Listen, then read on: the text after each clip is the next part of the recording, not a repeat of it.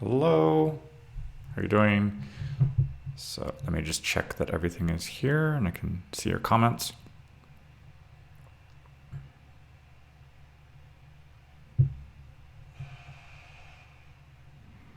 Okay, so yeah, I think I can hear myself.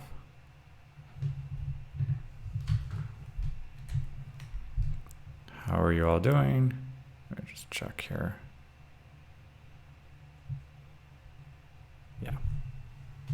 Yeah, I can hear myself. Okay, great. So let me just check out some of the comments here. And I was also seeing a few things on Facebook and Instagram about what would be making this kind of difficult or challenging for listening comprehension. So let me just update that.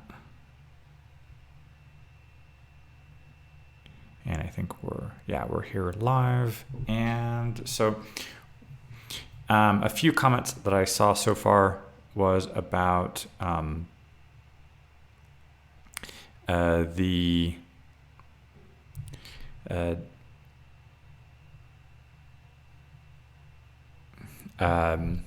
speed when people are speaking, working with the vocabulary. What else on here? So just need to move over here and switch this to the app. Still figuring this stuff out, but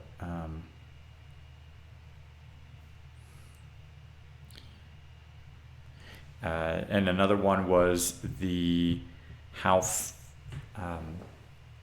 when you have people speaking quickly, native speakers connecting their speech, that can make it a bit challenging for here.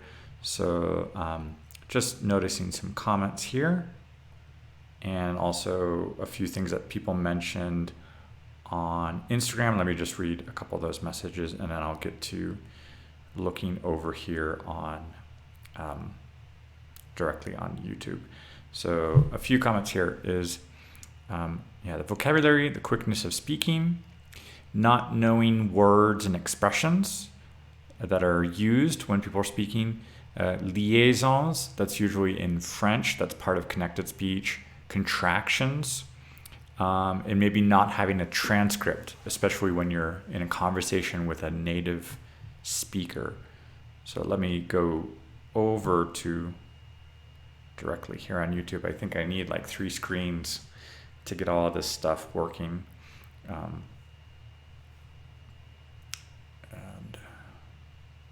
here, that I can wait. That way I can see the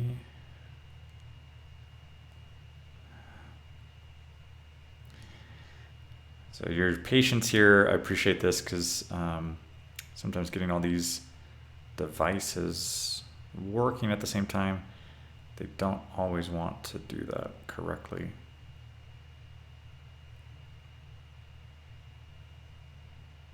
Okay, so let's move on here. Let me make sure I can see people's comments.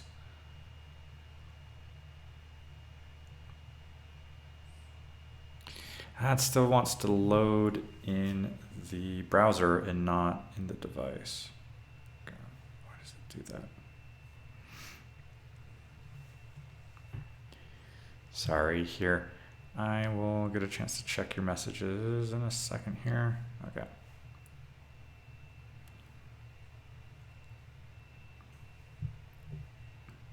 Okay, that should be there. Yeah. Okay, yeah. So yeah, here a message from Sarah. I recently transcribed a French audiobook. So that's a good idea about transcribing it, listening to it. And yes, it was an easy version. So you do also want to be conscious of the difficulty level of what you're listening to. Because if you're doing something that's going to be too difficult, that could be more frustrating than beneficial. And yeah, that helped. And then after neglecting listening for too long, I'm getting more into listening to podcasts. So we'll get into that too.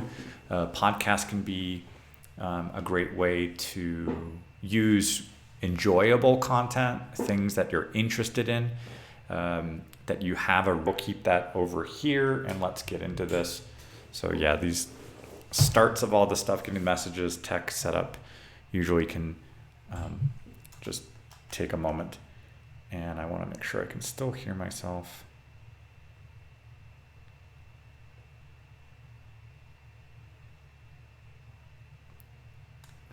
Yeah, looks like I can hear myself fine. Okay, let's get into this. So what is really listening comprehension? It's the ability to understand and make sense of spoken language. So that can be sound, phonemes, the noises that people make. Sometimes that could have a certain meaning, hesitation, pausing. There's lots of things that go into speaking. There can be patterns, intonation patterns, tones, like in Chinese, pitch, if something is going up or down, does that mean it's a question? Does this mean it's the end of a sentence? Vowel length. So that is something that I need to work on with students, especially like in the exam preparation, where all the things that would go into their speaking and their delivery, people need to pay attention to that on the flip side for listening comprehension. So be aware of like, what is the background of somebody you're listening to? Are they a native speaker? Are they somebody who is speaking a language speaking something as a foreign language? And is there an influence from their native language? So, for example, I'm going to focus a little bit more on English because that's where I have a little more expertise in this area, especially for the speaking and listening part. But if you put two English learners together, they might have they bring their own native language into that conversation, whether they realize it or not. So things that a native speaker, for example, me, things that I would add into my inflection, my intonation patterns, sometimes that gets removed when somebody is speaking a foreign language. So listening comprehension can be a bit complex in terms of regional differences and knowing like what somebody's level in the language and how well are they good, how well can they use those features in their speaking. So it's a complex process, and it does involve a lot of being aware of a lot of things, paying attention to lots of little details that could affect the meaning of a message. When people are speaking quickly, like fast speech from a native speaker, you get also things for connected speech, reduced forms, contractions, linking sounds. So in general, communication, and hi Abby, thanks for joining here, bonjour, and also hi to Jesse, Chesh. So communication is a two-way street. This is a compromise between the speaker and the listener. So regardless if you're speaking a foreign language, even just speaking your native language with somebody else, there is a compromise. A native speaker, or in this case, two native speakers, one of them usually wants to speak fast to get their message delivered in an effortless manner. They don't want to have to work too hard. They don't want to have to really slow down or articulate. So like two native speakers, when they recognize that the other one can understand them, that means there's usually an opportunity to cut corners. So if I'm speaking English with my family, my parents, my brothers and sisters, I recognize that they are also native speakers of English. I do not have to talk to them in a certain way that I might talk to my students, or like right now, if I'm speaking on camera, consideration as a speaker, and to make that easier for the listener to understand me. But native speakers don't always pay attention to those details. So especially if you're interacting with, like in a foreign language, a native speaker is not always going to make those efforts to slow down or articulate, or to kind of pause between words. That is an effort that the listener demands from the speaker, and that can be very tiring for a speaker.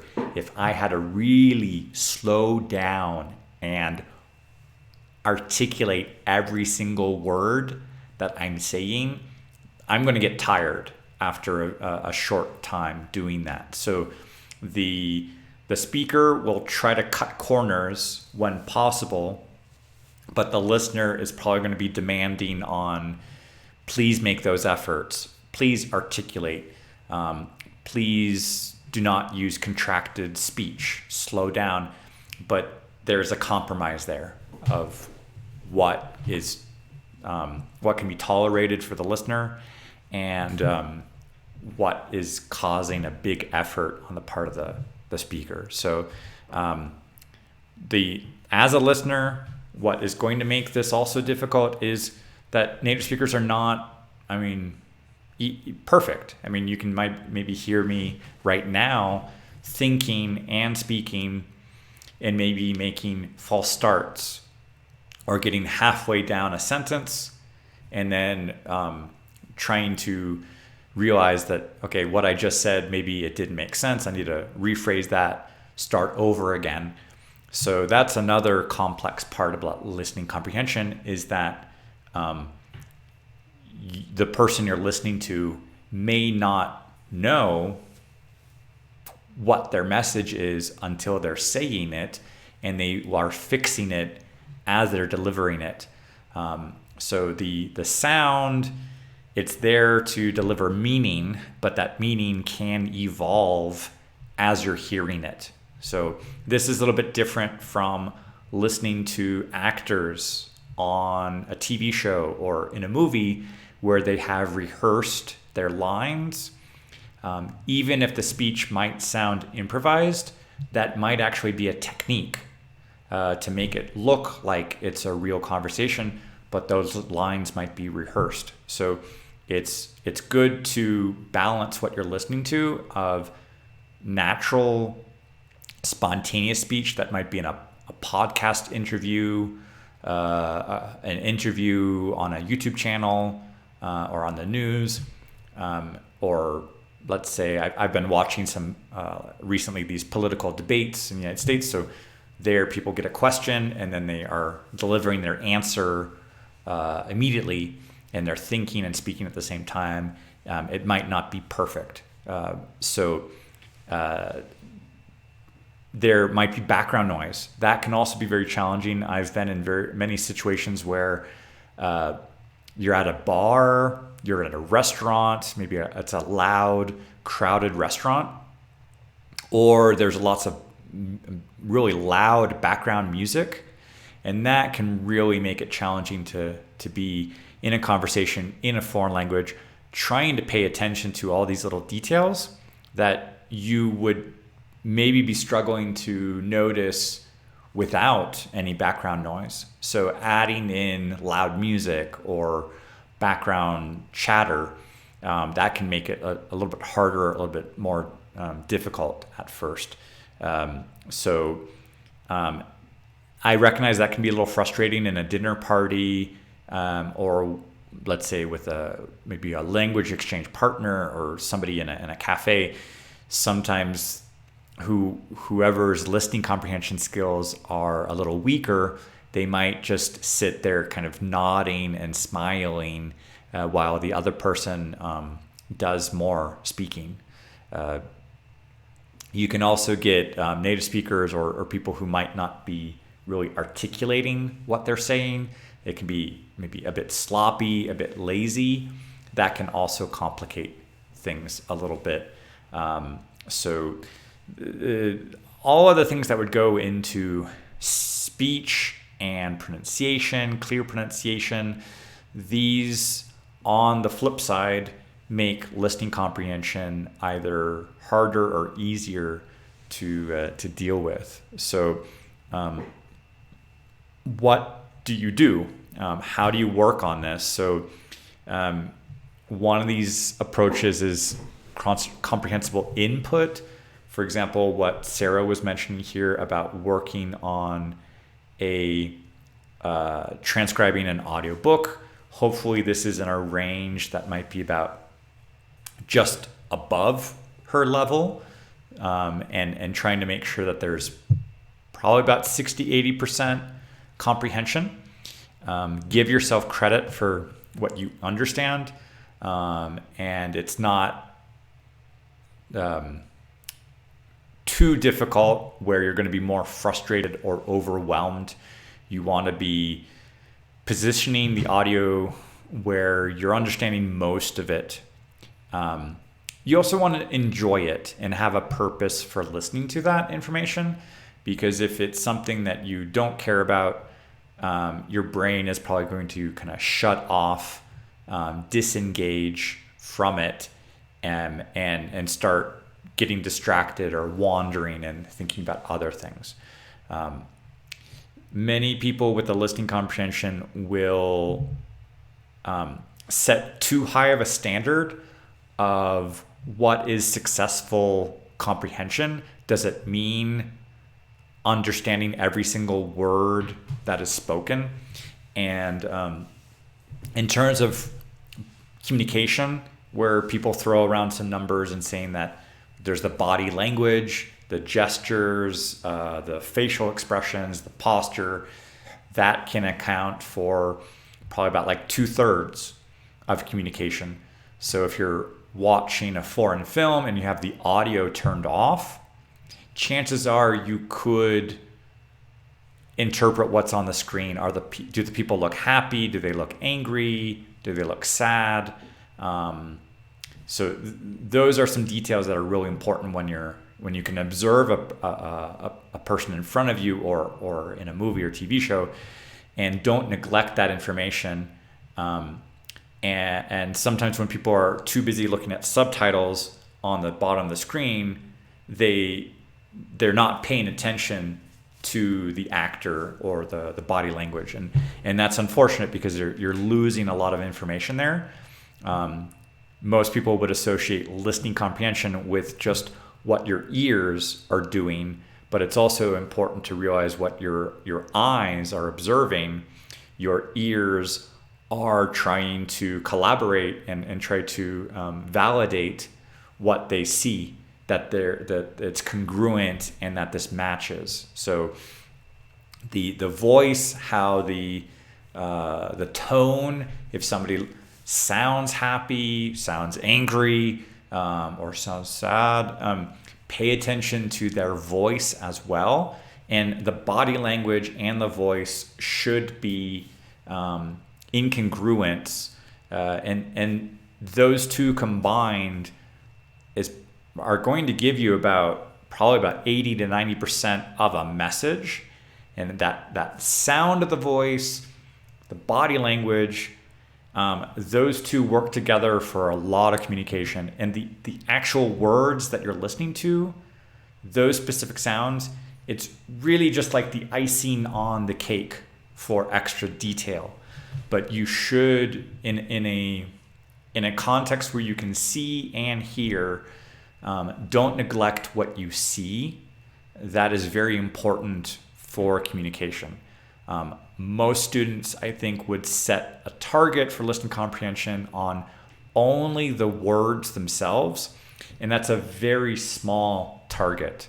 And many students that I work with, especially in the speaking part, like on exam preparation, are usually ignoring the use of the voice in terms of, does that express credibility? Does it express doubt? Does it express confidence?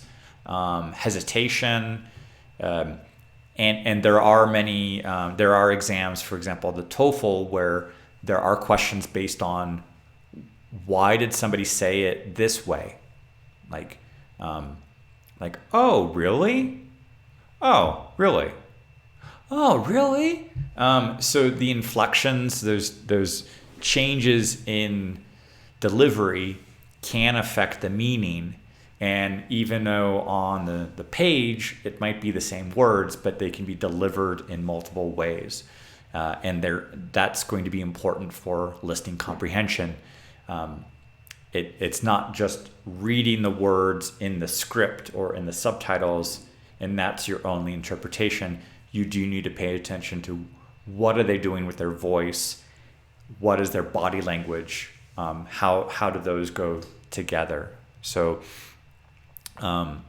working on this, I would say for English, like start with those sounds, get good with a little bit of phonology.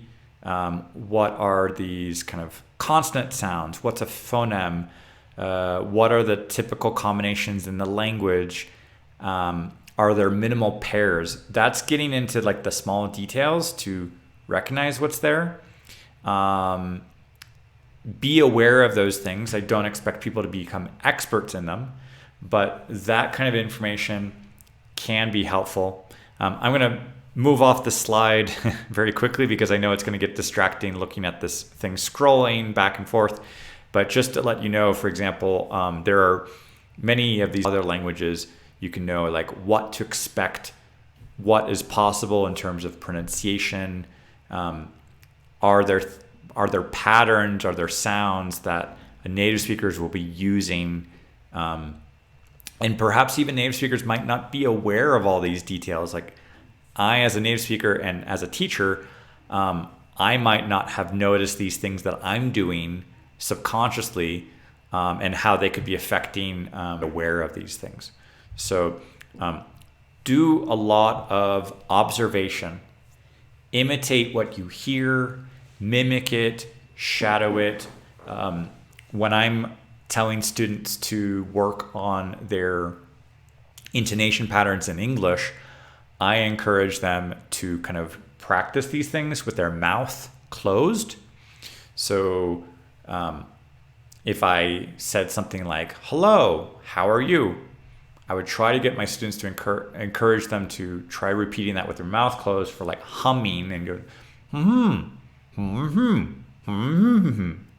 So try recognizing those patterns, because many times the ear will be noticing patterns and maybe not necessarily individual words themselves, and the changes there of like how are you or how are you. There could be a slight change in meaning, and if you're only focused on the words on the page or in the subtitles, you might be neglecting some of those differences and how to interpret that. So mimic, imitate, these are good things that will help you with your pronunciation, your intonation. And as you get good at that for producing that, you will now observe it more likely when listening. So this happens very frequently for students where I will tell them about certain things, like Americans will change the letter T to a D. And I will get students to repeat that and say, okay, let's say the word pretty or city. Let's say it with a D. Pretty city. And that I can see like a light bulb go off where they didn't realize that native speakers are doing this. They're focused on the spelling of a word. And then once they try practicing that, suddenly it's like turning on a switch on a radar, and they're more likely to start observing it when they are watching TV, listening to people on the street. So there are many things that can go unnoticed in a language if people are not alerted that these things exist. So it's difficult to observe something that you don't know exists, but once somebody tells you, hey, pay attention to this, notice this, suddenly it's a new switch, and you become observant to it. There's lots of things for the senses that are related to this, like wine tasting, food, smell, noticing fragrances, odors. The untrained kind of tongue or nose or eye or ear, if you don't go through training, it's very likely that you will have like a general appreciation for something. Like when you go through, let's say, like a music history or music appreciation class, or art history, art appreciation, or some kind of culinary kind of cooking or wine tasting, and somebody who has developed their smell, their taste, their eye, their ear, they can pay attention to small details. And as a musician, I had to go through a lot of training over the years. And so I can listen to a symphony, I can listen to an orchestra, and I can try to pull back the layers and hear different instruments, different sounds, and things that in a general public would probably not notice or pay attention. So observation is really important for listening comprehension, and kind of layers of an onion. And for most people, especially in a foreign language, you might just get a first impression that people are speaking too fast, too quickly, but there might be layers to this information, and you might want to listen multiple times to detect these things. There can be lots of information, lots of things going on at the same time, and for the untrained ear, a lot of that might go too fast. So it can take some time to like notice these things, try to copy them, try to imitate them, and work with your ear. If you're watching with a TV show, a movie, or a podcast, or something that has audio where you can pause it, try to copy it, try to imitate it, maybe with your mouth closed, or shadow it, where shadowing would be at the same time that you're listening to it. Try to match it if you can. But it definitely takes a lot of observation and practice. How did you learn your first language? It was lots of observation. You were probably interacting with a native speaker, your parents or caregivers, and that was a lot of imitation. And it was years of input, years of exposure to the language, lots of encouragement to practice, to imitate what you hear. But it was a lot of input, and usually babies, young children, they don't start speaking, don't really start making noises or words, at least until like after a year, at least, of lots and lots and lots of input. So as an adult, be kind to yourself. Don't necessarily expect that you're going to be able to pronounce words or say things immediately. You do want to get a lot of input, a lot of exposure, and from a variety of sources. So men's voices, women's voices, young people's voices, older people's voices, different contexts. So you just want to get a lot of input, and you need to observe it and notice it, see patterns, listen to those patterns, and try to copy them as much as you can. It definitely goes back and forth with observation and imitation. As I mentioned before, if you're usually surrounded by native speakers who are making mistakes and spontaneous I'm making mistakes right now. Spontaneous speech is not perfect. So just as you might struggle with speaking, recognize that other people speaking might have these mistakes going on. So you need a bigger picture approach to what people are saying and try to get the gist, try to understand the big picture and not be only focused on, let's say, grammatical mistakes or pronunciation mistakes or false starts. Recognize that speaking a language is difficult. A lot of you here have participated in the 30-day speaking challenge and recognize that speaking is not always such an easy process. So there can be stress involved. There can be anxiety, nervousness, and so the people you're listening to, the content you're listening to, it may include mistakes, and your listening comprehension needs to kind of not only stick to an expectation of like what you would get used to if you were reading a book and expecting that native speakers are going to talk like the way they write. And the writing process allows a lot of people to slow down, to make corrections, to rethink things and fix them. And those are all things that you don't have the time to do when speaking and speaking quickly. So a lot of spontaneous speech contains mistakes, and listening comprehension needs to kind of look beyond those mistakes to get to the core message, to get to a big picture understanding. So try not to get distracted by mistakes.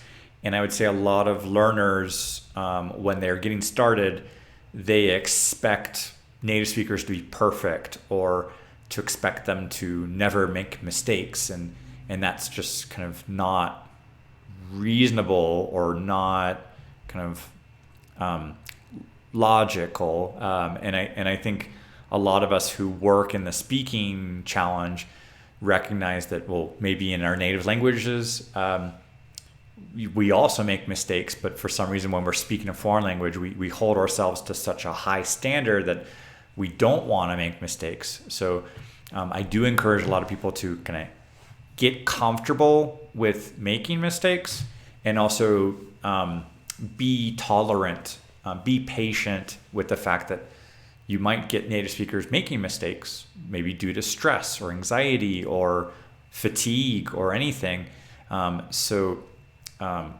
Listening comprehension is also kind of being able to deal with those things, and not only need to have like a perfect speech as your input on there.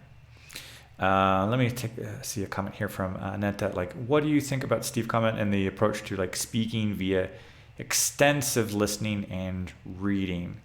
I will need to look at maybe like a video or see a little bit more like an article to see what his approach there is. But this idea of extensive listening, I know that he has mentioned things with like Stephen Krashen about the comprehensible input, and that students need to listen and read and be heavily exposed to the language for things to kind of sink in. That's my first reaction there. But I would need to look a little bit more about like what this extensive aspect is. But I would say for a lot of students that I've seen, if they're not doing that input, the listening, the reading, and they are immediately trying to speak, they can be kind of reinventing the wheel as they're speaking. They're like thinking and translating. I mean, these are some things we mentioned in a couple weeks ago, but it takes time to observe. It takes time to internalize patterns, especially if it's from one language to another. Some of those patterns can be counterintuitive in a different syntax, a different word order. And that takes time. It takes a lot of observation. So this extensive part, I think, from what I know a little bit with Steve and what he's mentioned with Stephen Krashen, I think it would be reasonable to say that, you do need a lot of input there. My experience with the speaking challenge would be to say that don't let that initial period of the input, the listening, the reading, be an excuse for not practicing at all. So most people, before they encounter the speaking challenge, probably have gone through months, years of listening, reading, writing with very little speaking. And sometimes that speaking part, like that suddenly turns on some of these light bulbs for like, oh, I recognize that it's difficult for me when I'm saying these things. It can also encourage people to be more attentive with their listening. So the input also requires output, and not just years and years of input with no output, or only written output. I think just doing writing practice does not necessarily make somebody aware of the difficulties with the speaking, and as you put yourself into the position where you are practicing speaking, I think you can become a little bit more of a patient, tolerant listener to realize how difficult it is as a speaker, and then as a listener to be kind of not as demanding, or figuring out certain techniques or skills that would kind of allow you to compensate when something is not perfect or something is not correct, and how to kind of still guarantee that there is some understanding. If it's in the case of communication where you are interacting with that person directly, I would recommend using some communication techniques of like repeating what you just heard, clarifying it, rephrasing it, summarizing it, and that would demonstrate your understanding, and that the other person can hear that you are listening, you're paying attention to what they're saying, and that makes sure that there is communication and it's not just all one direction, which would be the case with like a podcast or a TV show or a movie, or perhaps kind of right now where I'm speaking and also looking at your comments. So it does help to get the feedback from the listener to know that they did understand, because people can get nervous, people can get distracted, people can be tired, and maybe not completely coherent with what they're saying. So it does help to make sure that the listener did understand. And these are even things in classrooms where you're not even looking at native languages or language learning at all. It could be, you could have a group of native speakers, you could have a teacher in a math classroom, and everybody speaks the same language. Everybody's a native speaker of the same language. And if the teacher is boring or not even making an effort to kind of engage with the students, those can create complications for listening comprehension. And so these are big picture issues as well, and not just related to foreign language learning.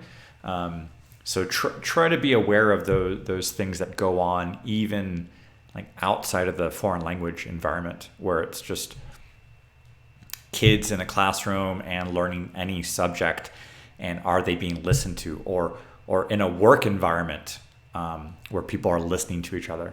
So it takes a lot of observation, takes years, even as native speakers listening to people in a native language. You do need to observe a lot. So lastly here, just this, make sure you're using enjoyable content. Make sure you're giving yourself credit. When I learned a little bit of Chinese, I was really happy when I was at the airport in LA. I had listened to a message, and it was just some random message about the like watch your luggage, and thank you for your attention, something like that. And then they switched that into Spanish, and I could understand that because I spoke Spanish. and similar information, and the gracias por su atención. And then they switched into Chinese, and I didn't understand really anything that they were saying. But up until the end of the message, I heard something of like a shishini, and I recognized that, even it's just the words for thank you. And I was very kind of enthusiastic about the fact that all I could understand was the word thank you, but it was better than nothing at that time. And it was more Chinese than my parents understood. We were there having coffee at the airport together. So I felt like a kid, kind of in like a candy store kind of a thing of like, oh, hey, I know this, I got that or something, or this, I was excited. So a few years later, when I was working on like Hungarian and Czech and Polish, like preparing for a trip to Central Europe, I understood like nothing in Hungarian, but I made an effort to watch the national TV, the national news, and I was noticing some international words like prime minister or parliament, or and I would notice those words, and I would try to give myself credit of like, oh, I am hearing things. There are words that I do hear. So try to keep a glass is half full perspective. Give yourself that credit of like those words you did hear, that you did recognize, and not only focus on the people speak too fast, I can't understand anything.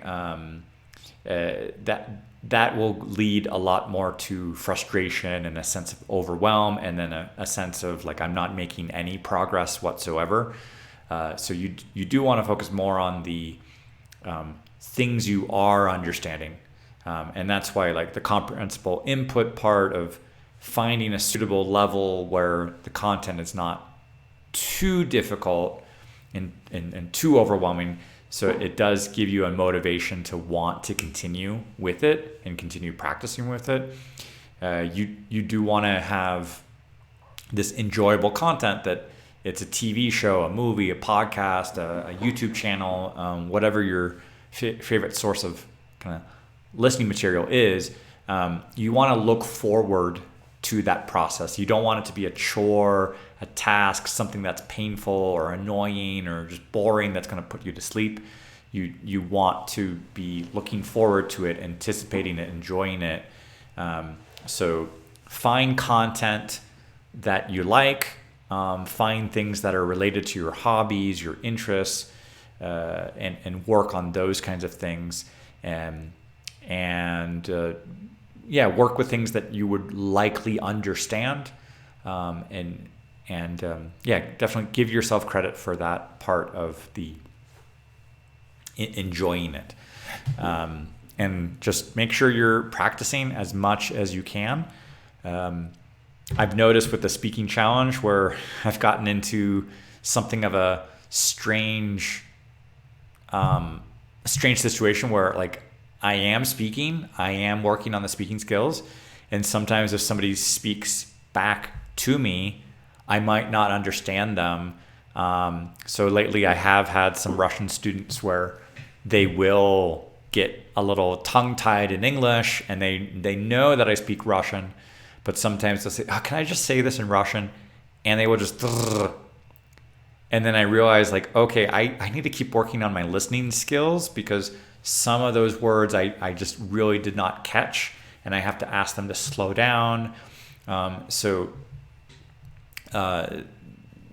Getting too much speaking practice doesn't always compensate for the listening part, and that's always a bit frustrating when you're traveling to a foreign country and you learn the phrases, you've been practicing them, and then realizing like, okay, if I ask somebody for directions, am I going to understand their response? So there's also a part there where you do need both the listening, the input, and also the speaking part. But definitely work with things that you enjoy on there. Okay. I'm going to probably wrap up here in terms of the slides. This was my last slide, my last point that I wanted to to make with this.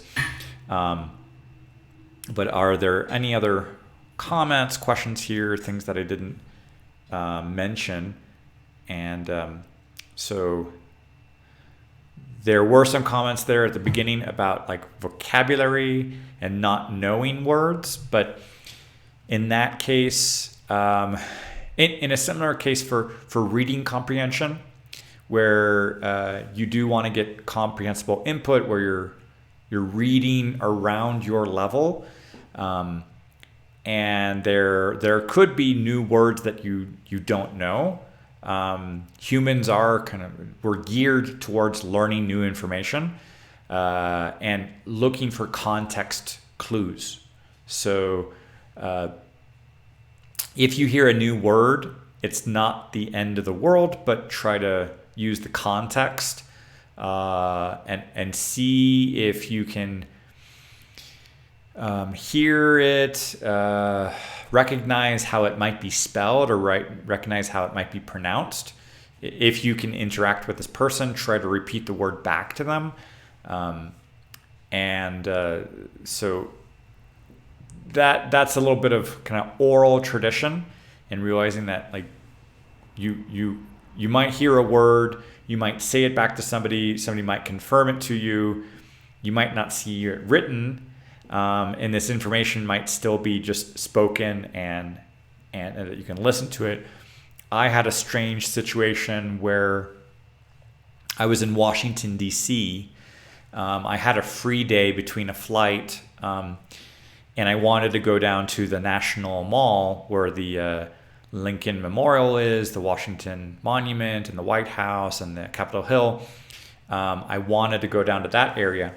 So I asked the concierge at the hotel, like, okay, what do I do? And he said, okay, go back to the airport, take that shuttle. Then when you're at the airport, take a bus down to L'Enfant Plaza. He said, like, so where am I going? He said, L'Enfant Plaza. And I said, L'Enfant Plaza? Yeah, L'Enfant Plaza. So I get to the airport. I ask the bus driver when he shows up, are you going to L'Enfant Plaza?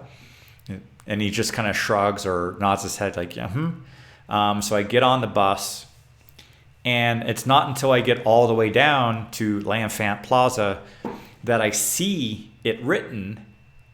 And then I realized that this was the French architect who had designed Washington, D.C., and that his name was L'Enfant, the child in French.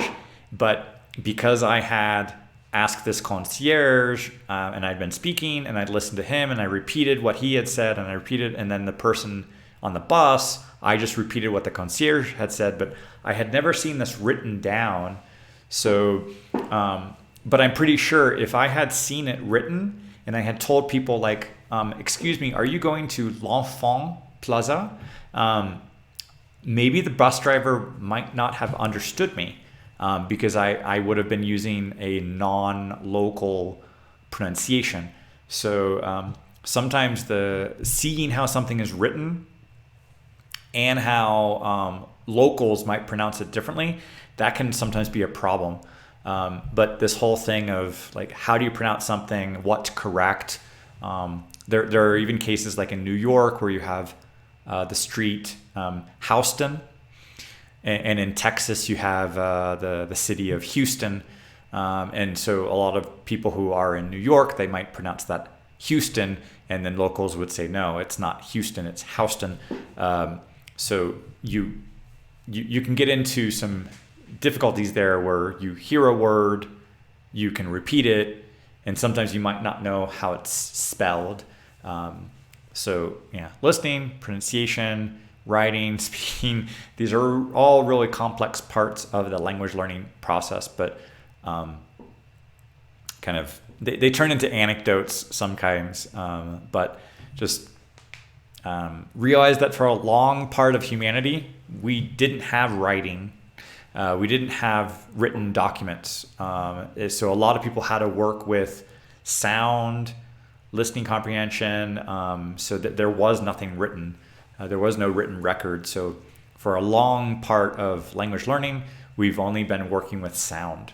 and trying to repeat things, listen to things, and things have probably changed over the years. That's why we get the Romance languages and then evolving into different varieties, and then you get English, and then it gets into regional differences. So it adds to what makes the language or languages, it makes them interesting and makes them colorful, and that they're changing little by little. And things that you recognize, they might change over time. But it's part of the process there. Okay. Well, I'm going to wrap this up here. I don't really see any other questions or comments, but thank you so much for your time. And have a great day, afternoon, evening with your learning process, and keep practicing. Practice. Okay.